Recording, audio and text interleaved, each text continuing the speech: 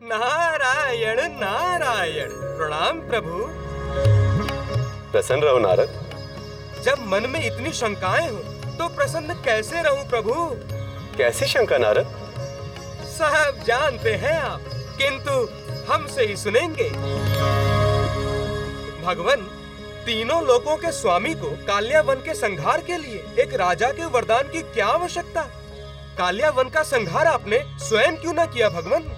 नारद, वृंदावन और मथुरा में पूतना के मारे जाने से लेकर कंस संहार तक मेरी सब लीलाएं अलौकिक हैं। किंतु द्वारिका में मैं मानव के रूप में मनुष्य को धर्म नीति का अर्थ समझाना चाहता हूँ, ताकि मनुष्य समझे कि धर्म का पालन करने के लिए ईश्वर होना ही आवश्यक नहीं है। मानव के शरीर में रहकर सही राह पर चला जा सकता है, अपना ध्येय पाया जा सकता है। तब तो आपको विवाह भी एक मनुष्य से ही करना होगा। नारद, लक्ष्मी जी पहले ही मनुष्य के रूप में धरती पर जन्म ले चुकी हैं।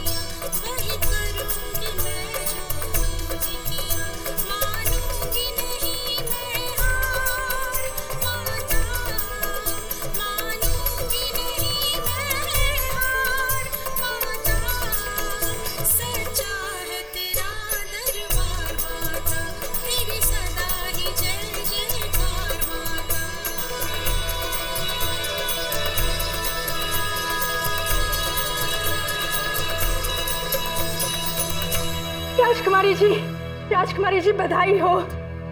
किस बात की? है कोई द्वारकाधीश से जुड़ी बात? तो जल्दी बताओ। तो सुने, एक और महाप्रतापी काल्यवन और दूसरी ओर द्वारकाधीश। महाप्रतापी काल्यवन के पास ब्रह्मा जी के वरदान की शक्ति तो द्वारकाधीश के पास किसी के प्रेम और प्रार्थनाओं की शक्ति। आगे क्या हुआ विशाखा? होना क्या था, काल यवन का वध हुआ और देवकी नंदन की एक और जीत।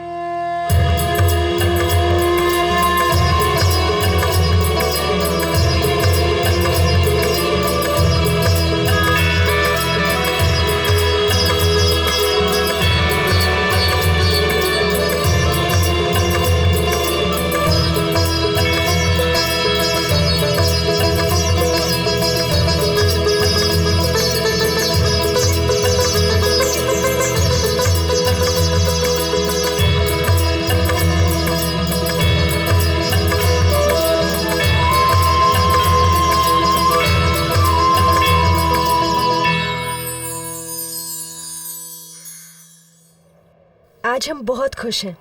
मांग, जो चाहिए मांग। क्या मांगू मैं आपसे? सब कुछ तो दे रखा है आपने। हाँ, मगर फिर भी एक प्रश्न का उत्तर जरूर चाहूंगी। पूछ। राजकुमारी जी, आप कृष्ण को अपनी मन की बात बता क्यों नहीं देती? ये कैसा प्रेम है कि जहाँ आप कृष्ण को इतना चाहती हैं कि चांदनी भी अपने चांद को ना चाहती होगी, और यही बात कृष्ण को पता भी ना हो? कैसे नहीं पता होगा विशाखा? यहाँ से बहकर ये हवा उन्हें छूकर बताती होगी कि कोई है जो उनसे बहुत प्रेम करता है। यहाँ से पानी लिए जो बादल द्वारका में बरसते होंगे, एक एक बूंद उन तक संदेशा पहुंचाती होगी। सोचते होंगे वो भी, कौन है वो जो उनसे इतना प्रेम करता है। तो बता क्यों नहीं देती कि वो आप हैं? कैसे बता दे विशाखा? प्यार करना आसान होता है, लेकिन कह पाना उतना ही कठिन, क्योंकि ठुकरा देने के डर से बड़ा और कोई डर नहीं। क्या हो अगर वो कह दे, राजकुमारी हमारे मन में आपके लिए कुछ नहीं? क्या हो अगर वो मुंह फेर ले? ऐसे में विदर्भ की राजकुमारी का ही नहीं, एक स्त्री के पवित्र प्रेम का भी अपमान होगा।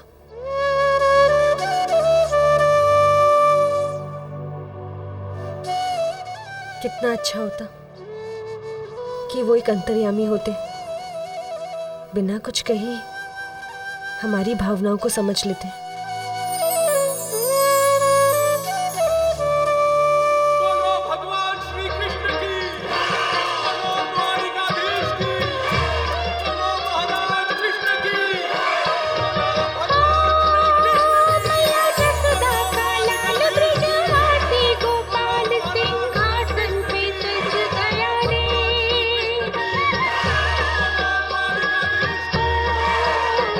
गोकुल की गलियों का राजकुंवर महाराजा बन गया रे।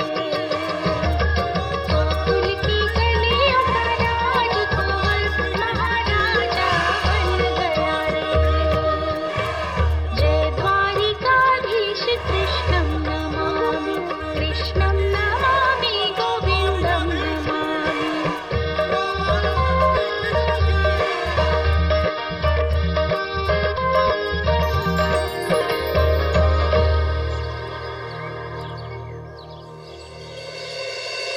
महापापी काल्यवन को उसका काल देने वाले वीर श्री कृष्ण का मैं अभिनंदन करता हूं। दाऊ कहाँ है?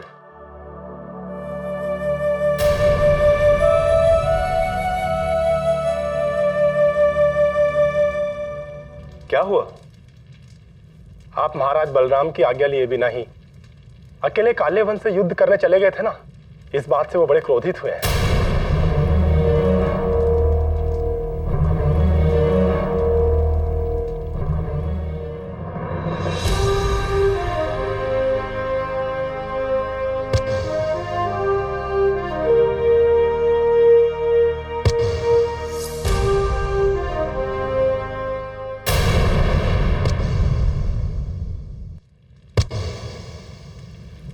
दाऊ, ये क्या कर रहे हैं आप? किस बात का दंड दे रहे हैं अपने आप को? तुम तो बहुत बड़े हो गए हो कृष्ण, इसलिए तुम्हें तो कोई दंड दे नहीं सकता, इसलिए मैं अपने आप को दंड दे रहा हूं। अपने छोटे भाई को निरंकुश छोड़ देने का दंड। शायद हमसे बहुत बड़ी भूल हो गई कृष्णा। तुमने हमारा मान नहीं रखा। ऐसा क्यों कह रहे हैं आप दाऊ? आपके प्यार और आपके मान से बढ़कर क्या है मेरे लिए? झूठ। अगर ऐसा होता ना कृष्णा, तो बिना मुझे बताए या मिले युद्ध करने के लिए अकेले नहीं चले जाते। दाऊ किंतु मेरी हमें तुम्हारी कोई बात नहीं सुननी है कृष्णा।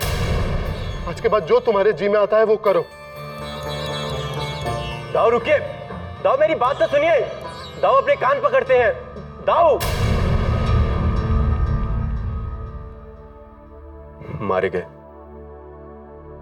दाऊ का गुस्सा ऐसे शांत नहीं होगा।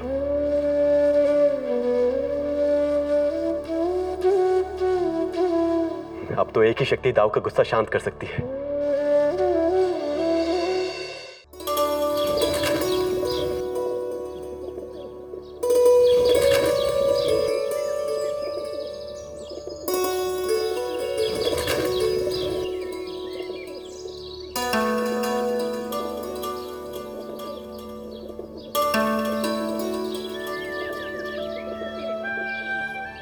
प्रणाम भाभी माँ।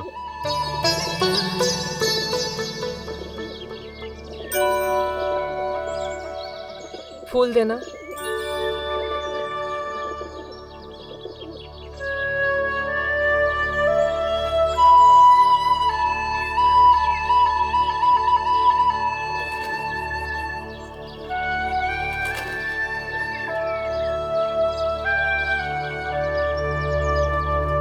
क्यों आए हो हमारे पास कृष्ण?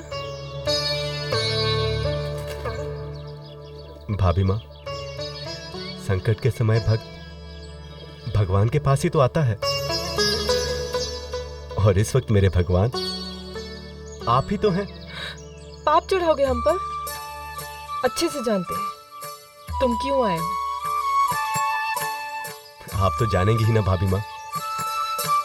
दुनिया के साथ मैं कोई भी खेल खेल लूं, लेकिन आपके आगे मेरी एक नहीं चलती। जितना माखन बचपन में चुराया है सब अपनी भाभी को लगाओ, कोई लाभ नहीं। हम भी आपसे बहुत क्रोधित हैं। पर मेरा अपराध क्या है? बिना अपने दाऊ की आज्ञा लिए चले गए अकेले युद्ध करने के लिए। बहुत बड़े हो गए ना आप। नहीं भाभी माँ, दुनिया के लिए चाहे मैं कुछ भी हूं, लेकिन जो लोग मुझे प्रेम करते हैं उनके लिए तो मैं बच्चा ही हूं। वही बाल गोपाल। जितनी मीठी मीठी बातें आती हैं सब करके देख लीजिए, आज हम ना पिघलेंगे। भाभी माँ, दाऊ हमसे पहले ही क्रोधित है। यदि आप भी हो गई तो मैं किसकी शरण में जाऊंगा? मान जाइए ना। नहीं, यही आपका दंड है। ना तो हम मानेंगे, ना ही आपके दाऊ को मनाएंगे।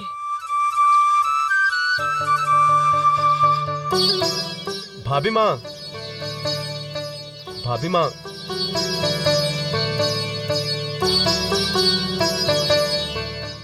दाऊ भी क्रोधित और भाभी भी। मुझे तो इस जगत में कोई प्रेम नहीं करता।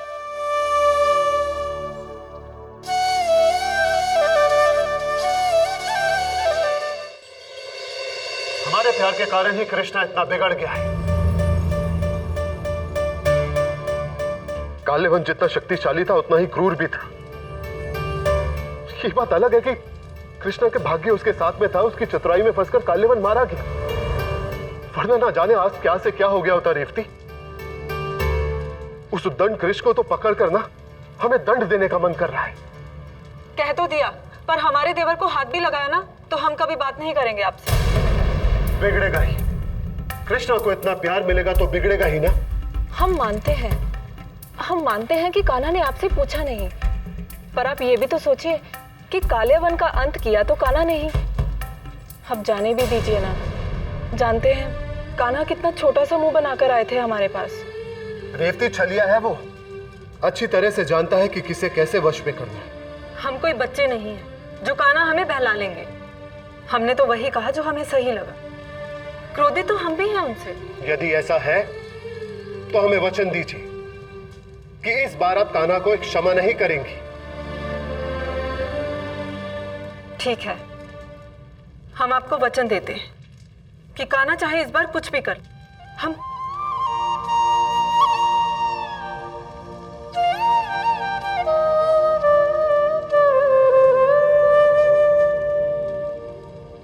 कितनी प्यारी तान है।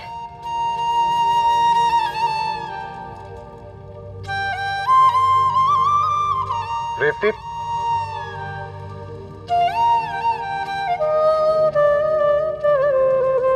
हमने कहा था ना कि कान्हा अच्छी तरह से जानते हैं कि किसे कैसे वश में करना है।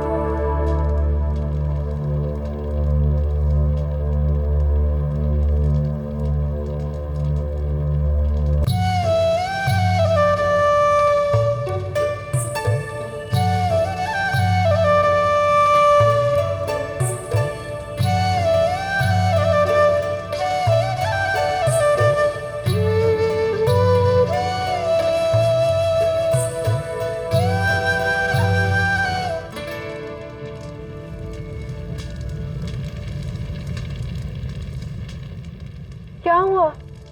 बजाना बंद क्यों कर दिया? तब तक नहीं बजाऊंगा जब तक आप मुझे क्षमा ना कर दें। ये सही नहीं है कान्हा, तुम बस लाभ उठा रहे हो अपनी बांसुरी का। वाह, ये अच्छा। आपका अपने कान्हा से रूठना सही है क्या? कहिए कि आपने मुझे क्षमा किया, उसके बाद ही मैं बांसुरी बजाऊंगा। कौन कहेगा कि ये बच्चों सा हठी कृष्णा कालियावन की मृत्यु का कारण भी हो सकता है। अच्छा चलो ठीक है, कर दिया क्षमा, अब तो बजाओ। भाभी माँ, इतने से काम नहीं चलेगा। कहिए कि आप मुझे बल भैया से भी क्षमा दिलवाएंगी। ठीक है, मना लेंगे उन्हें भी। पर तुमसे एक बात कहें, तुमने जो कुछ भी किया ना, बिल्कुल सही नहीं किया।